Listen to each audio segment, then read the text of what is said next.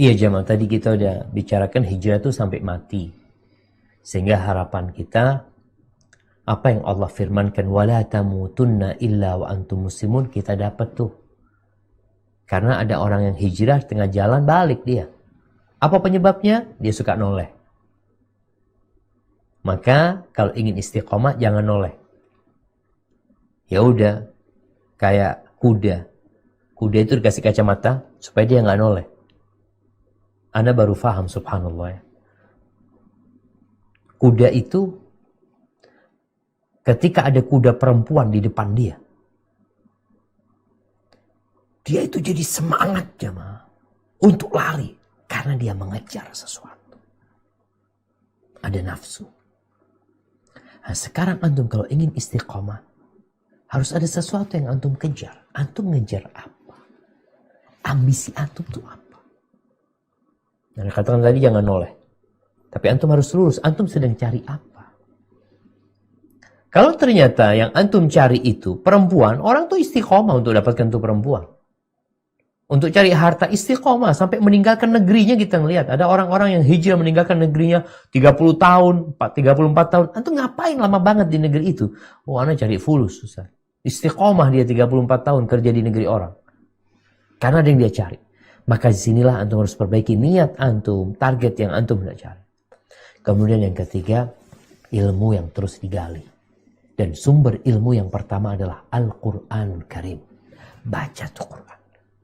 Inna hadzal Qur'an yahdi lillati hiya aqwam. Quran ini memberikan petunjuk kepada jalan yang paling lurus.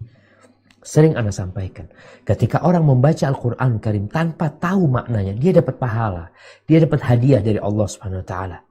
Tapi ketika antum membaca Al-Quran Karim sambil memahaminya, maka antum dapat dua. Yang pertama antum dapat hadiah, yang kedua antum dapat hidayah.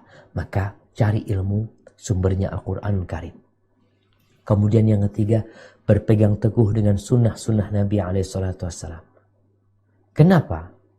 Ketika orang berpegang teguh dengan sunnah-sunnah Nabi SAW, insya Allah jalannya itu nggak akan ke kanan, nggak akan ke kiri. Kenapa? Karena jalannya Nabi satu, ya inilah jalannya Nabi SAW. Kemudian yang keempat, berdoa. Mohon sama Allah SWT. Karena insya Allah ketika antum berdoa memohon kepada Allah SWT, Allah janji akan ngabulkan doa antum. Dan mungkin yang terakhir, perjalanan hijrah ini panjang, melelahkan, ada banyak rintangan. Maka antum perlu bekal, antum perlu kawan, dan antum perlu pembimbing. Bekalnya tadi udah sampaikan, ilmu ya, belajar ya. Kemudian yang kedua, antum perlu kawan. Kawan yang sehati sama antum, yang sama-sama mau hijrah, yang saling mengingatkan. Karena kalau perjalanan sendirian bosan. Maka dengan adanya kawan, ya kita lihat Nabi SAW ketika sahabat hijrah ke kota Madinah, langsung dicarikan saudara sama Nabi SAW. Ada pendampingan, kita perlu pendampingan supaya istiqomah. Mungkin gak ada yang mendampingin kita, kita perlu cari sendiri.